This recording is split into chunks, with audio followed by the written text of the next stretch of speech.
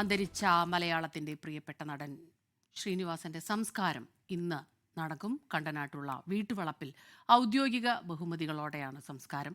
Ernakulam town ഹാളിൽ ഇന്നലെ നടന്ന പൊതുദർശനത്തിൽ മുഖ്യമന്ത്രി, നടന്മാരായ മമ്മൂട്ടി, മോഹൻലാൽ എന്നിവർ അന്തിമോപചാരം അർപ്പിച്ചിരുന്നു. കൊച്ചിയിൽ നിന്ന് വിഷ്ണു സുരേഷ് ചേരുന്നുണ്ട് വിവരങ്ങളുമായി. വിഷ്ണു, ഇന്നലെ അവിടെ കണ്ട കാഴ്ച നമുക്ക് പറഞ്ഞറിയിക്കാൻ കഴിയില്ല. മലയാളികൾക്ക് എത്രത്തോളം പ്രിയപ്പെട്ട ഒരാളാണ് പോയത് എന്നുള്ളതിൻ്റെ നേർസാക്ഷ്യമാണ് നമ്മൾ കണ്ടുകൊണ്ടിരുന്നത് മുഴുവനും. ഇന്നും മറിച്ചാകില്ലെന്നറിയാം. അതിരാവിലെ തന്നെ അവിടേക്ക് ആളുകൾ എത്തുന്നുണ്ടോ? പറയും.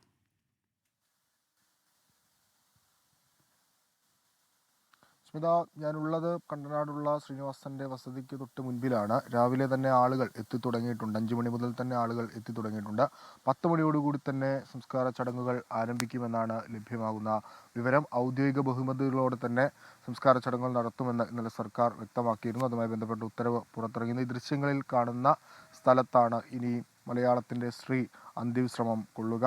മലയാളികളെ സംബന്ധിച്ച് വലിയ നഷ്ടമാണ്. അവരുടെ തൊട്ടടുത്ത വീട്ടിലെ ഒരു ജ്യേഷ്ഠൻ അല്ലെങ്കിൽ തൊട്ടടുത്ത വീട്ടിലെ ഒരാൾ എന്ന രീതിയിൽ അവർ കണ്ടിരുന്ന ആളാണ് ശ്രീനിവാസ് എന്ന കാര്യത്തിൽ തർക്കമില്ല. അദ്ദേഹത്തിൻ്റെ സിനിമകളും സാധാരണക്കാരുമായി ഇഴകിച്ചേർന്നിട്ടുള്ള സിനിമകളാണ്. അത് എല്ലാ സിനിമകളുടെ പശ്ചാത്തലം എടുത്ത് പരിശോധിച്ചാലും, അദ്ദേഹം അഭിനയിച്ച സിനിമകളുടെ പശ്ചാത്തലം പരിശോധിച്ചാലും എല്ലാം അങ്ങനെ തന്നെയാണ്. അത്രമേൽ ആളുകളുമായി, സാധാരണക്കാരുമായി അടുത്ത് നിൽക്കുന്ന ചിത്രങ്ങളാണ് അദ്ദേഹം സമ്മാനിച്ചത്. ഒപ്പം തന്നെ അദ്ദേഹത്തിൻ്റെ സിനിമകൾ, സാധാരണഗതിയിൽ ആളുകൾ പറയാറുണ്ട്, ഇപ്പോൾ എവരി സിനിമ ഈസ് പൊളിറ്റിക്കൽ എന്ന് പറയാറുണ്ട്. പക്ഷേ ചില ആളുകൾ സിനിമ എടുത്ത ശേഷം പറയും, എൻ്റെ രാഷ്ട്രീയം ഇതല്ല, സിനിമയുടെ ഭാഗമായി ഞാൻ പറഞ്ഞ ഒരു സിനിമ പറഞ്ഞു എന്ന് മാത്രമേ ഉള്ളൂ. പക്ഷേ ശ്രീനിവാസൻ്റെ സിനിമകൾ അങ്ങനെയല്ല.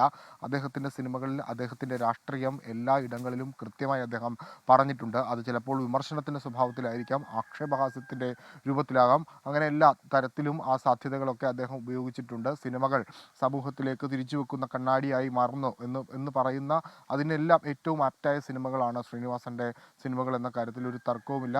അദ്ദേഹം വ്യക്തിപരമായും എല്ലാവരുമായി വലിയ അടുപ്പം പുലർത്തിയിരുന്ന ആളാണ്. അതുകൊണ്ടാണ് ഇന്നലെ നമ്മൾ ആ ടൗൺ ഹാളിൽ അത്രമേൽ ആളുകളെ കണ്ടത്. അത് സിനിമാ മേഖലയിൽ നിന്നുള്ള ആളുകൾ മാത്രമല്ല, അതിനപ്പുറത്ത് അദ്ദേഹത്തെ സ്നേഹിക്കുന്ന ഒരുപാട് ആളുകൾ അവിടെ എത്തിയിരുന്നു. സാധാരണക്കാരായ ഒരുപാട് ആളുകൾ എത്തിയിരുന്നു. അവർക്കെല്ലാം വലിയ ആത്മബന്ധം ഈ മനുഷ്യനുമായി ഉണ്ടായിരുന്നു. ഒരിക്കൽ കണ്ട് സംസാരിച്ച ആളെ പിന്നീട് അദ്ദേഹം എപ്പോഴും അയാളെ ഓർത്തിരിക്കുകയും അയാളോടൊക്കെ നിരന്തരം ബന്ധം പുലർത്തുകയും ചെയ്യുന്ന സാഹചര്യം. അതുകൊണ്ടാണ് ഇന്നലെ അവിടെ അങ്ങനെ ഒരു വലിയ തിരക്ക് അനുഭവപ്പെട്ടത്. ഇന്നും സമാനമായ തിരക്ക് ഉണ്ടാകുമെന്ന് നമ്മൾ പ്രതീക്ഷിക്കുന്നു. ഇന്നലെ രാത്രി വലിയ തിരക്കുണ്ടായിരുന്നു. ഇപ്പോൾ രാവിലെ 5 മണിയോടു തന്നെ ഈ വീട്ടിലേക്ക് അദ്ദേഹത്തെ അവസാന നോക്ക് കാണുന്നതിന് വേണ്ടിയിട്ടുള്ള ആളുകളുടെ ഒരു വലിയ വരവ് കാണാൻ സാധിക്കുന്നുണ്ട്. ഇന്നലെ തന്നെ മുഖ്യമന്ത്രിയും അതോടൊപ്പം മമ്മൂട്ടി, മോഹൻലാൽ തുടങ്ങിയ എല്ലാ പ്രധാനപ്പെട്ട ആളുകളും എത്തി അന്തിമോപചാരം അർപ്പിച്ചിരുന്നു. അദ്ദേഹത്തിൻ്റെ സമകാലികർ എന്ന രീതിക്ക് അപ്പുറത്തേക്ക് എല്ലാ കാലഘട്ടത്തിലെ ആളുകളുമായി അദ്ദേഹത്തിന് ബന്ധമുണ്ടായിരുന്നു. അദ്ദേഹത്തിൻ്റെ സിനിമയും അങ്ങനെയാണ്. കാലങ്ങൾക്ക് അതീതമായിട്ടുള്ള സിനിമ രചനകൾ പറഞ്ഞിട്ടുള്ള ആളുകളാണ്. അദ്ദേഹത്തിൻ്റെ സിനിമ ഇപ്പോൾ ഏത് തലമുറയിൽപ്പെട്ടാലും, നമ്മൾ ഈ ജെൻസി കിഡ്സ് എന്നൊക്കെ പറയുന്ന ആളുകൾ പോലും, അവർ പോലും കണ്ടിരിക്കുന്ന, അല്ലെങ്കിൽ അവർക്ക് പോലും വളരെ പുതുമയോടുകൂടി അദ്ദേഹത്തിൻ്റെ സിനിമ കാണാൻ സാധിക്കും. അത് ആ സിനിമ പറഞ്ഞു വെക്കുന്ന സമകാലിക പ്രസക്തിയുള്ള വിഷയങ്ങൾ തന്നെയാണ് അതിന് പ്രധാനപ്പെട്ട കാരണമായി ചൂണ്ടിക്കാണിക്കാൻ ആകുക.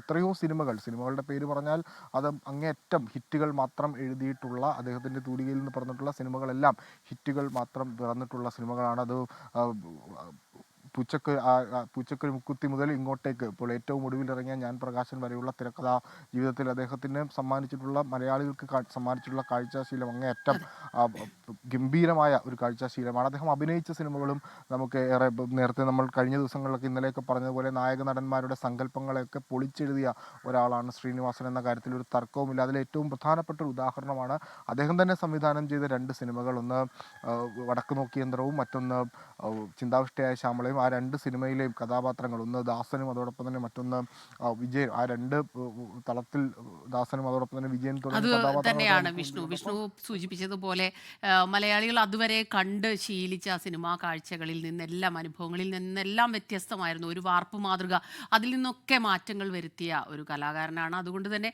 വളരെ പ്രധാനപ്പെട്ടതാണ്. ഇന്നലെ രാത്രി വൈകിയും എത്തിയ ആ ഒരു രാഷ്ട്രീയ, സാംസ്കാരിക, സാമൂഹ്യ മേഖലകളിൽ നിന്നുള്ള ഒരുപാട് പ്രമുഖർ എത്തി. അതോടൊപ്പം തന്നെ സാധാരണക്കാർ സാധാരണക്കാരായ മനുഷ്യർ അദ്ദേഹത്തെ ഒരു നോക്ക് കാണാൻ, പ്രിയ നടനെ, പ്രിയപ്പെട്ട ചലച്ചിത്രകാരനെ, തിരക്കഥാകൃത്തിനെ ഒരു നോക്ക് കാണാൻ, അവസാനമായി അന്ത്യാഞ്ജലി അർപ്പിക്കാനായി എത്തിച്ചേർന്നിരുന്നു.